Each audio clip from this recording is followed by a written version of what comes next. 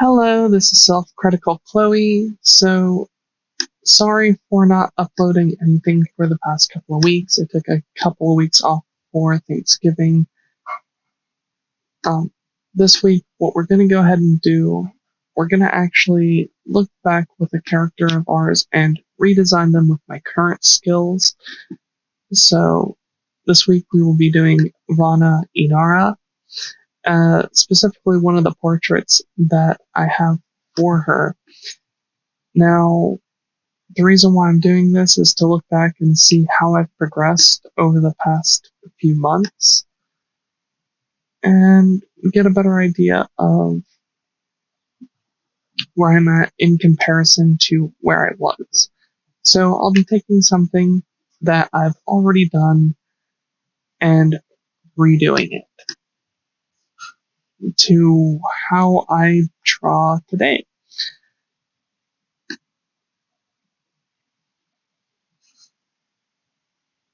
Now, the last time I worked on Vanna, I don't think that I said anything about who the character was, and I believe I drew her in a cyberpunk style.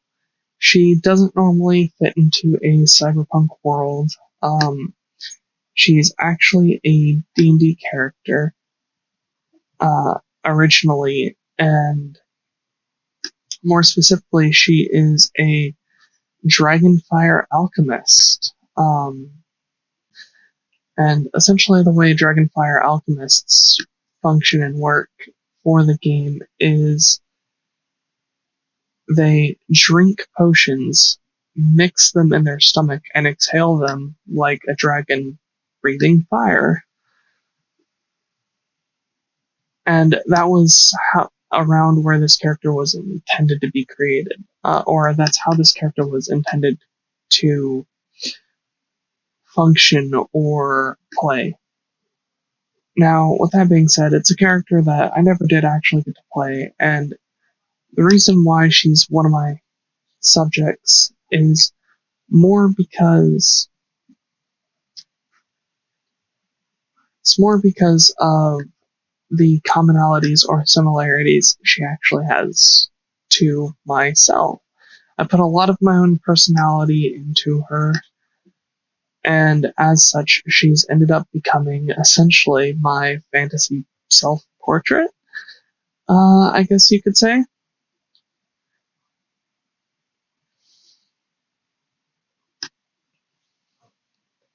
So, uh, without further ado, I guess I'll go ahead and explain some of what I'm actually doing in the drawing. Some of the structure is actually relatively new. A couple of weeks ago, I did a face anatomy video to where the whole goal was essentially to break down the structure in a face and try to actually apply it to a person. So I actually, for that video, I had actually picked a completely random person, had absolutely no idea who they were, and I broke down facial structure, and that's actually what I'm doing here. I'm building Vanna's face structure and trying to actually pull her away from some of her more exaggerated features and try to pull her to um, a more realistic or humanized version of what you would actually find for somebody that is a dark elf. And that was ultimately the goal for the character. On a completely different note, for any new artists that happen to come across this at all, I highly recommend, to help progress your skills, find a subject, a story, or something like that that is completely 100% yours, and every so often redraw it. Like, look at something that you do and go a couple of months or a couple of weeks, however long it takes you to learn something. After you've learned it, come back and redraw that same subject, but like draw it with how your art style has evolved, kind of like what I'm doing now. And for me, this has been like the real measure of progress. Um, it's been a way to look at everything and be like, oh, well, here's how much time it took me to get this good. And in all honesty, I say a few months, but I was injured for a couple of weeks. I took a couple more weeks off, so this is really only 2 months of progress. Because during those few weeks, I didn't draw at all. So now, for the most part, I've completed the majority of the structure on Vanna, and I'm gonna go ahead and warp and adjust anything that I actually need to adjust. And I played around with a couple of concepts or ideas that would differ from the way that I had done something in the past, and ended up not liking a lot of it and ended up keeping a good portion of it the way that it was intended to be. But I do end up editing it quite a fair amount and getting it to a more balanced state, I guess you can say. I tried to keep certain features the same, while others I pulled away from. And here again, I'm trying to like pull in some of those features a little bit more, and I end up deciding against it in the end. I didn't really like the way that that looked, and I end up doing something close to that anyways. Um, just the not with the same method of what I was trying to do in my sketch. Now, typically,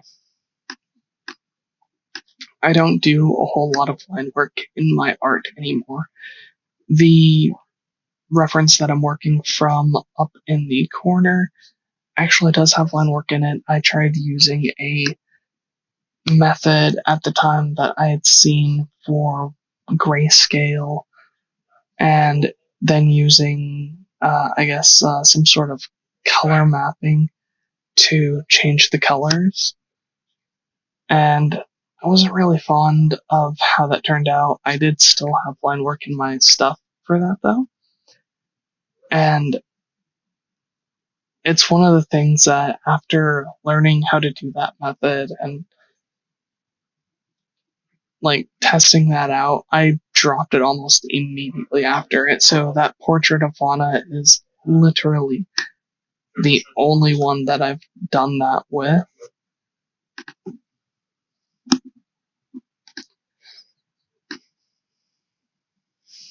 Um,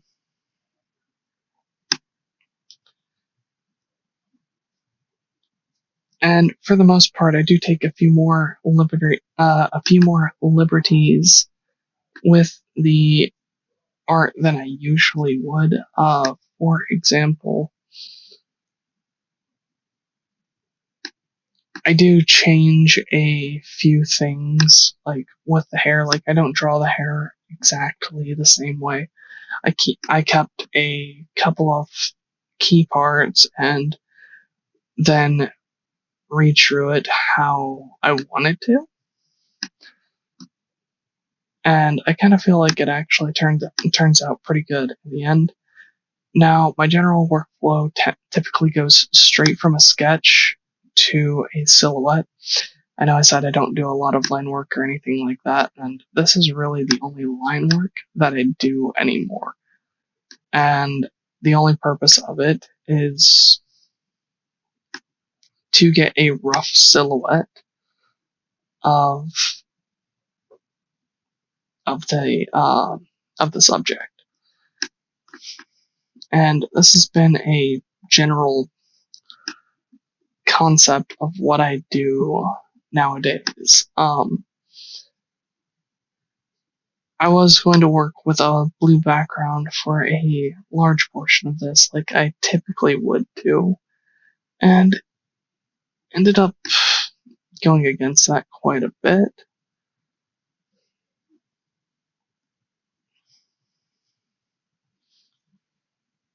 Mostly just because I didn't feel like working what would essentially be in a grayscale. But in this particular case, I guess it would be a blue scale,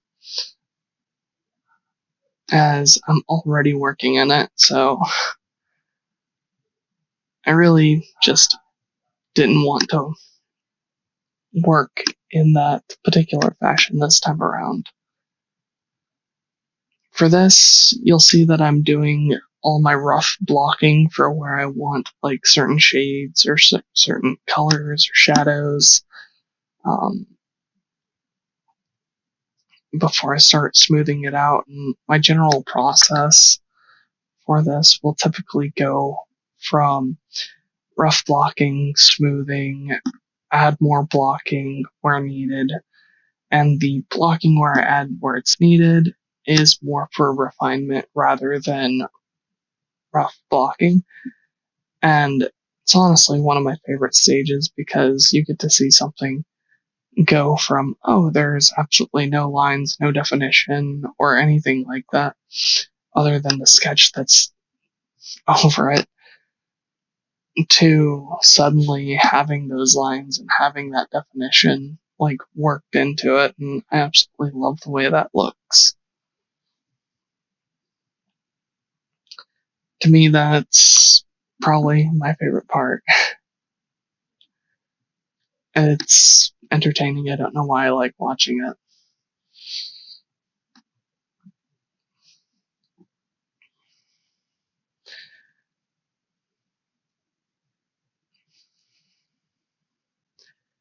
Now, for whatever reason, I'm not 100% sure why I decided to delete the one like little strand of hair there, because I end up pretty much filling it in anyways at some point. But that's more towards the end. And all the places where the paint is going to fill in like values for shadows and areas of darker skin or ambient occlusions, etc.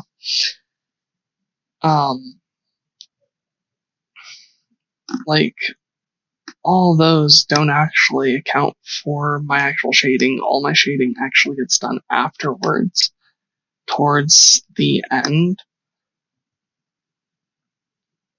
That's more of a guideline that I use to assist the shadows, which is really weird to say because, yeah, like, it's like, it's for adding shadows, but at the same time, it's not specifically for the shadows itself, as I actually do end up doing those later. Now, noses, in my opinion, are one of the more annoying things to create definition for, as you have to get a relatively hard edge for something that, in the end, is going to get blended and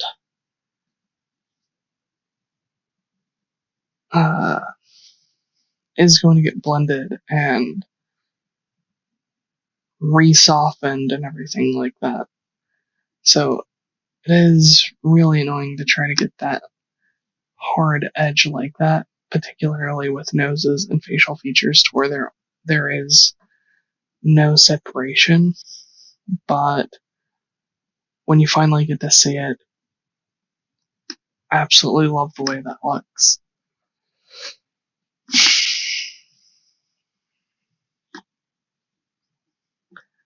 Not sure what else to talk about for this particular session.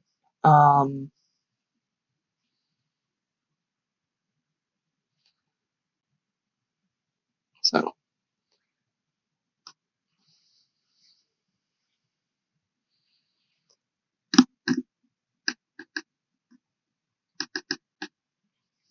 again, here with the ear, you can see that I'm going through my typical refinement process. I will follow the sketch for the most part to a certain degree, but as soon as I stop needing the sketch, I kind of get rid of it entirely and toss it aside and just kind of work on it from what I envision.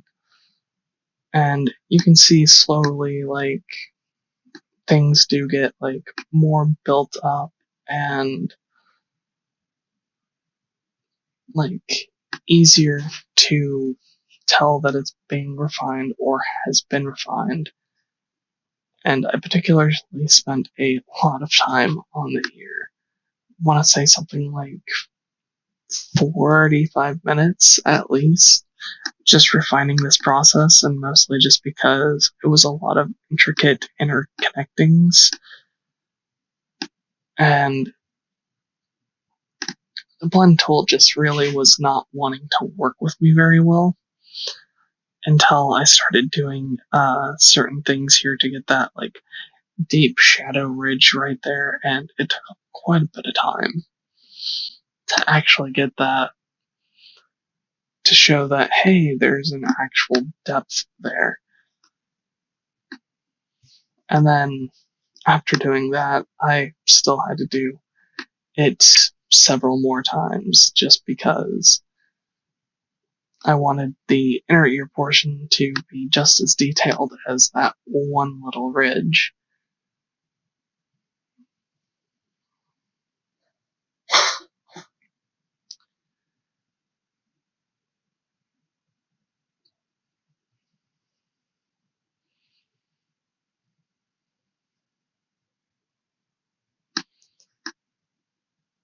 Now, here you can see that I'm still using my general blocking method to where I blocked it in and then start refining and block it in some more, start refining it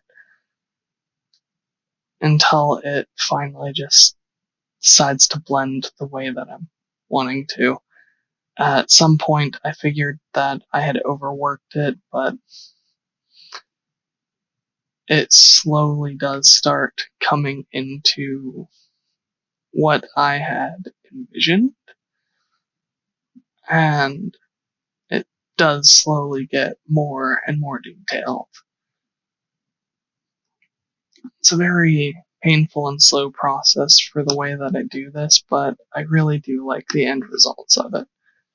And hopefully anyone who watches this does as well. I typically do try to avoid zooming though, and the only time that I really do zoom is if I'm trying to work with some sort of small detail, or I need to have better visual of what I'm looking at. And trying to do an ear fully zoomed out like this is a lot more difficult than it looks. And so the things that I typically do zoom in for are eyes and ears. And that's pretty much it, unless I absolutely have to zoom in for something else. But for the most part, those are the two main features that I actually zoom in for. For the eyes, I actually do end up doing a few details like darkening the inner socket when I absolutely had zero need to. And I do mean absolutely zero need.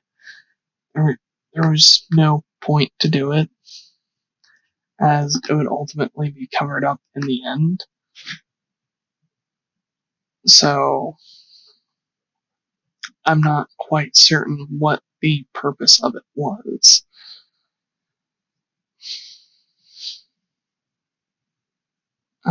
Here I do have a little bit of more struggles with the eye whites, mostly because while I am working with the outer eyelid and the outer eye structure, while it was blending, it was leaving it relatively transparent and would end up showing the white behind it, which I don't get why the majority of the skin didn't do that. Like, it didn't do that, like, almost at all for the vast majority of the skin. But it was eventually resolved and wasn't an issue. Now, the eye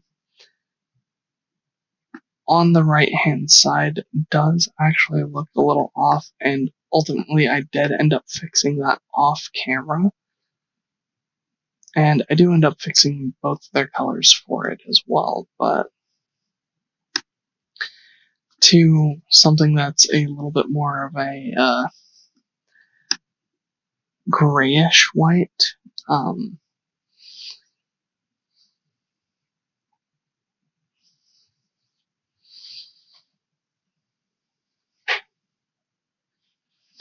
And again, this is the part that I was talking about where I did this and had absolutely no reason to do it. I just kind of did it, and it served absolutely no purpose. I was just working on it to work on something, I guess, mostly to keep myself busy and to take my mind away from what I was working on and what was really frustrating me. I'm not gonna point that out.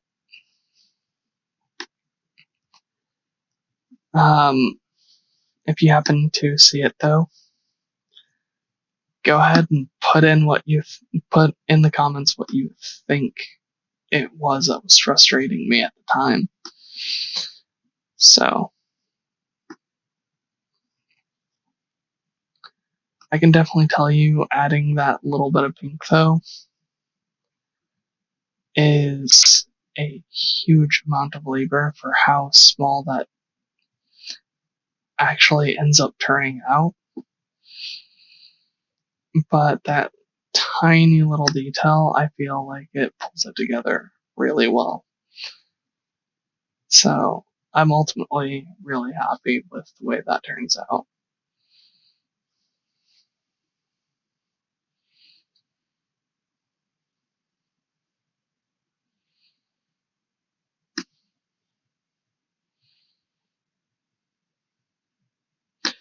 Here again, I'm adjusting the eye colors for the eye whites and got them to a stage that I was proud of, and I wasn't all that satisfied with the way that the eyelid on her right eye, our left, actually turns out, and I end up doing this quite a bit until I eventually find something that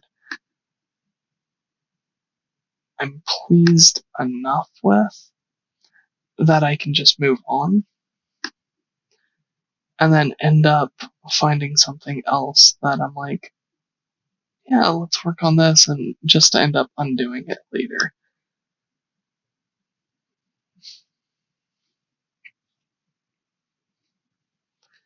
So that pronounced ridge right above the eye, where the eyebrow would ordinarily sit, I end up undoing that.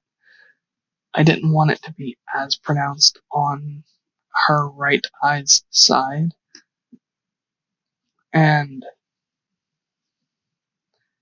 kind of bothered me quite a bit.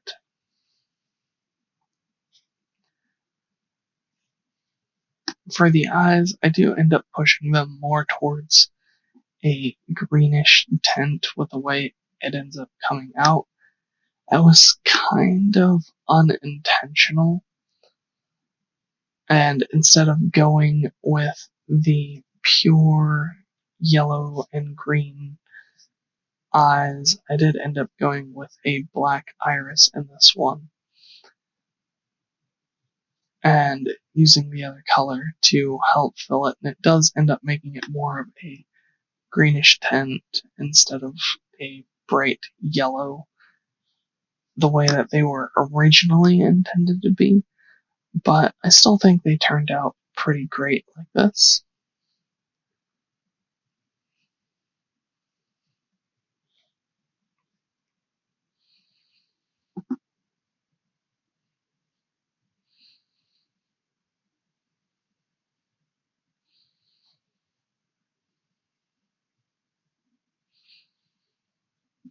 For the lips, I actually did try to do a few things differently than how I normally would, just to test them out and see if I liked how they turned out. And I did not. It was kind of an annoyance. I was hoping that the color blending for that would turn out a little bit better, and it didn't turn out remotely as good as I had hoped. So I defaulted back to a method that I commonly use, which is essentially just picking a few colors and going from there. So essentially what I'll do is I'll pick my one step darker, or sorry, one step lighter than my darkest, and my one step darker than my skin tone, I'm pretty sure.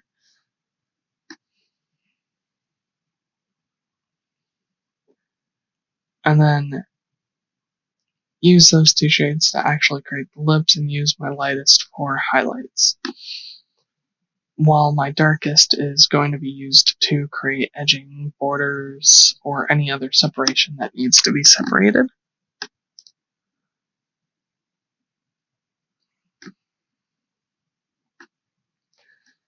And I found that this is just kind of a really simple way to do this. And I actually enjoy it quite a bit. Like, for its simplicity, it looks really good in my opinion.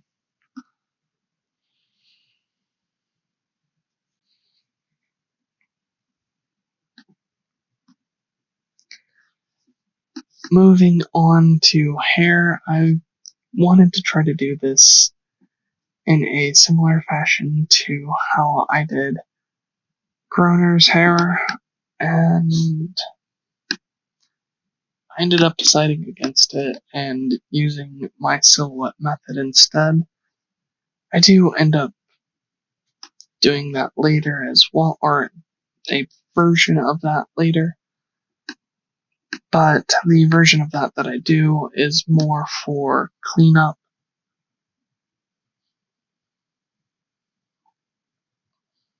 And this is what I was talking about when I said I generally don't zoom in unless I absolutely have to. And to get something that pinpoint accurate, I had to zoom in.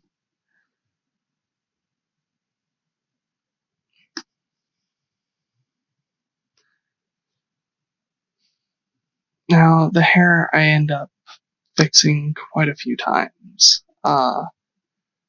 mostly just because I felt that it wasn't done accurately and needed to be a little bit taller on the top. And I also run into an issue here that for some reason my eraser just wasn't erasing at 100% opacity. So I end up having to stop for a second and figure that out. Apparently, I had turned the opacity down by mistake.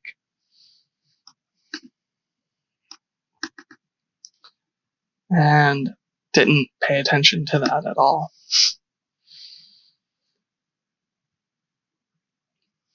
And here I'm just essentially cleaning up the slight edging that would lead to seeing the background color. Unfortunately, it does end up bleeding into the ear just a tiny bit, but the amount that I'm working with, it's almost not noticeable once you're zoomed out. I just had the primary goal of preventing it from actually bleeding through. What I did here was mask off the hair sections specifically so I can create two different masks to work on the sections individually and get them running the way that I intended. Now, in the other picture, she has gray hair, but her hair was always intended to be more towards a white. So I wanted to get that fixed for this one.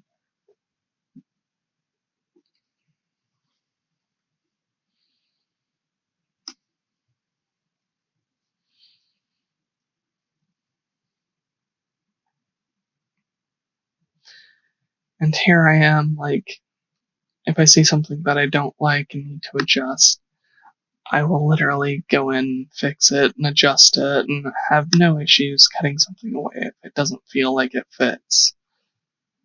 And it's essentially what I've done in that particular scenario.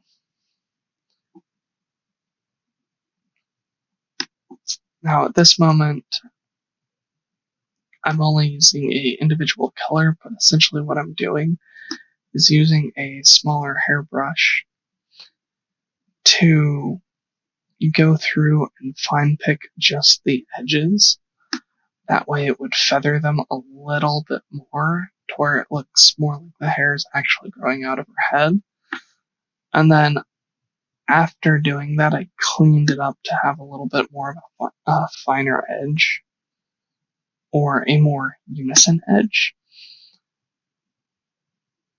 as well. So you have that combination of soft and hard edges throughout the hair, and I think that really helps it out quite a bit. For this bit, though, all I'm actually doing is going through and getting edges to clean them up, and I do end up coming back through with some darker grays, just to add some of the darkness back into it. Or specifically so you can see like how hair's falling, where shadows are at.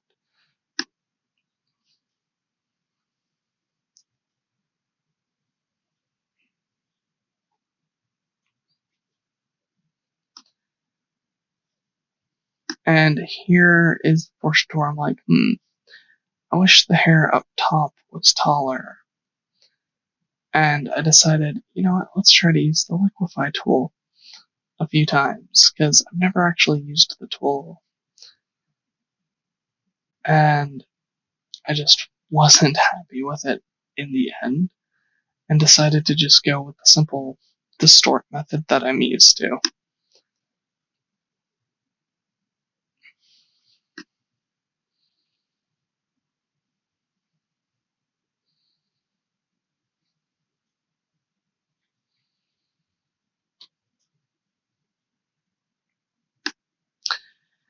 Now, before we actually get to the end of this video, I'm going to go ahead and pick out a couple things that I wish I could have done better.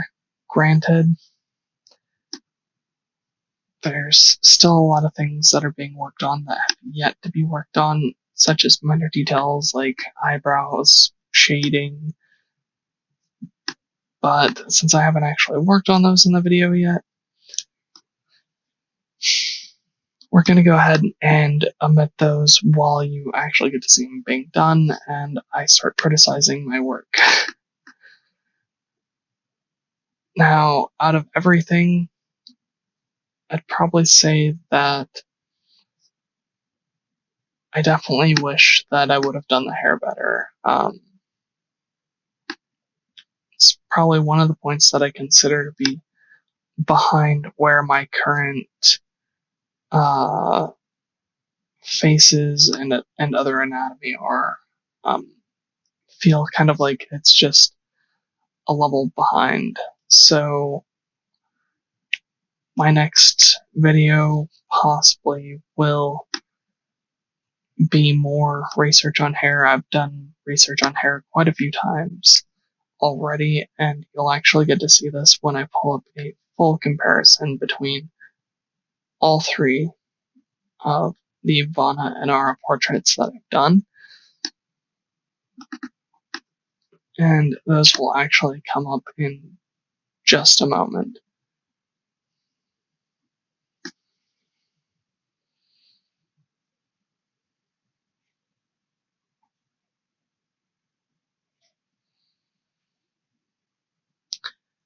And this is the part that I've actually been quite eagerly awaiting, because I did quite a few things different with the hair this time, but like, I kind of wish that I would have done it better.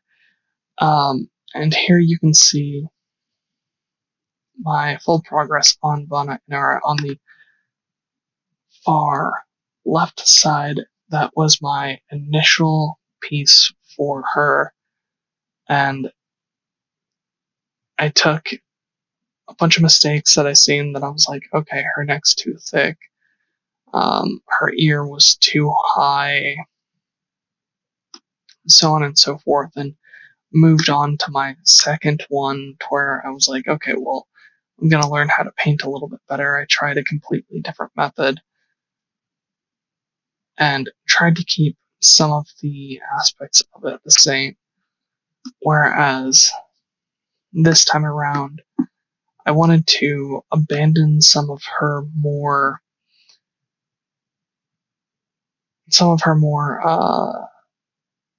exaggerated features and fix them at the same time and pull her closer to a reality, or closer to what you would see of an actual drought, possibly.